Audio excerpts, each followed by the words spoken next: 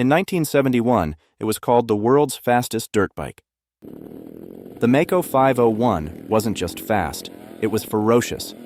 A beast in red and chrome, built for those brave or crazy enough to try and tame it.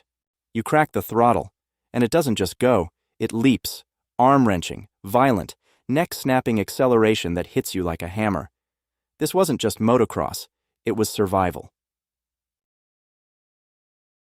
The Mako 501 didn't ask if you were ready. It dared you to be. This is the story of the untamed monster of the dirt. Mako was already feared and respected in motocross circles, but in '72, they cranked the madness up to 11. The 501 was powered by a massive 491cc two-stroke single, an engine so brutally powerful it made lesser bikes feel like toys.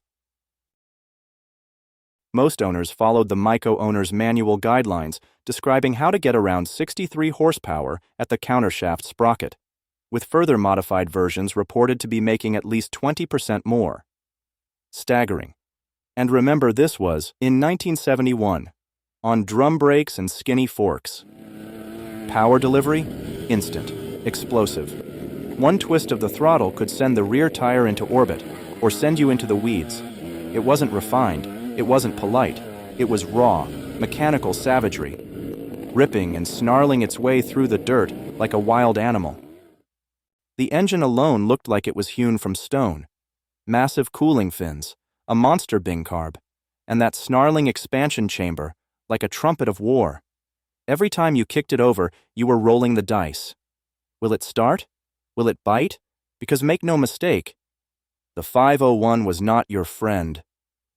But for those who could harness it, the 501 was magic. Once on the pipe, the big Mako had torque for days. It could charge up hills, blitz across loam, and power out of corners like nothing else. No need to feather the clutch or dance on the gear lever. Just twist and hang on. It wasn't about lap times. It was about survival, control, glory. Riding a 501 was a badge of honor. Back in the day, testers called it the fastest dirt bike ever built. Many were not even able to open it up fully in only second gear. They also warned, don't even think about it unless you know what you're doing. Today, the 501 is a legend, a reminder of a time when bikes weren't built for safety. They were built for speed, for fear, for fire. And Mako? They lit the fuse. If you've ever twisted a throttle and felt your soul shift gears, you owe something to the Mako 501. If you ever see a list of the worst dirt bikes in history, then the infamous Suzuki TM400 should be right up there with the absolute worst of them. Dubbed the Cyclone, the TM400 was an unpredictable beast. Weighing 242 pounds dry and supposedly delivering 40 horsepower at 6,850 revolutions per minute, or whenever it felt like ruining your day. The ignition system had a mind of its own, flipping from idle to full power advance at random, sometimes just from a slight temperature change. Imagine this.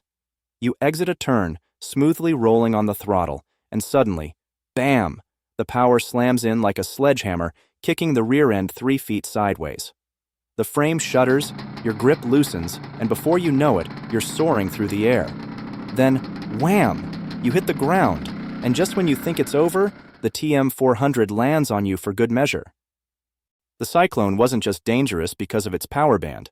The front forks turned rigid on square-edged bumps while the rear shocks faded faster than your confidence. Frame flex?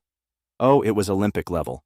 Under a load, it would bind up, then suddenly snap back like a slingshot, usually launching the rider straight into the bushes.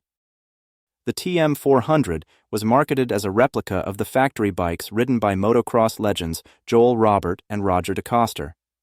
In reality, it was 50 pounds heavier and handled like a shopping cart with one stuck wheel. But at just $995 brand new, it was certainly cheap enough, and riders kept trying and kept failing. By 1975, Suzuki ironed out some of the worst issues, but by then, the damage was done. The TM400 will forever be remembered as one of the most terrifying and disastrous motocross bikes ever built. Ah, the Rokon. Brought out in the mid-1970s, this beast of a bike was billed as the ultimate solution for riders who loathed shifting gears. Except, it wasn't quite that simple. In short, the Rokon was a two-wheeled tank with the grace of a shopping cart and the handling of a bulldozer on roller skates. All versions were ridiculously heavy. Turning? Optional. The Rokon had one direction. Straight. You could yank the bars, beg it, bribe it. It didn't care. This bike was on a mission.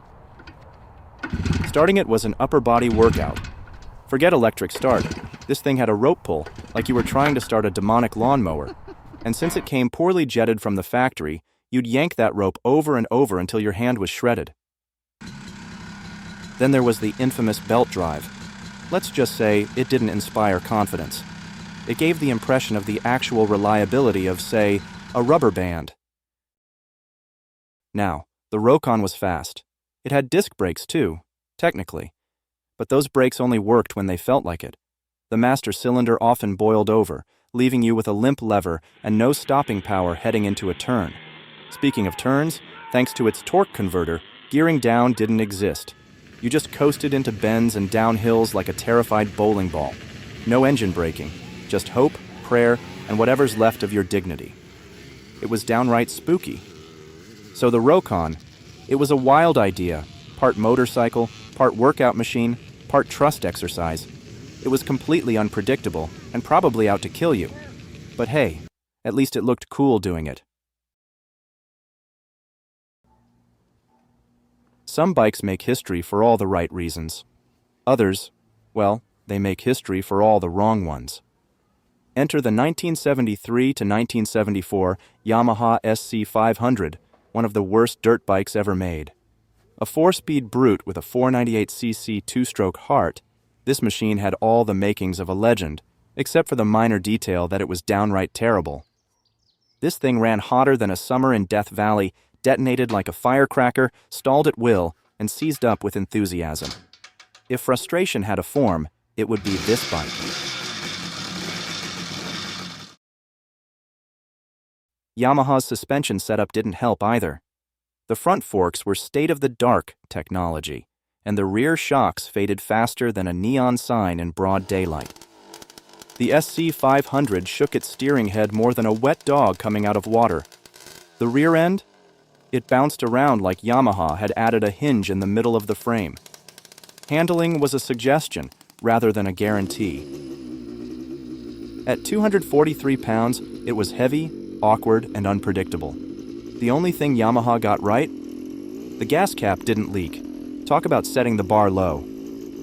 Yamaha's open class history has been a wild roller coaster.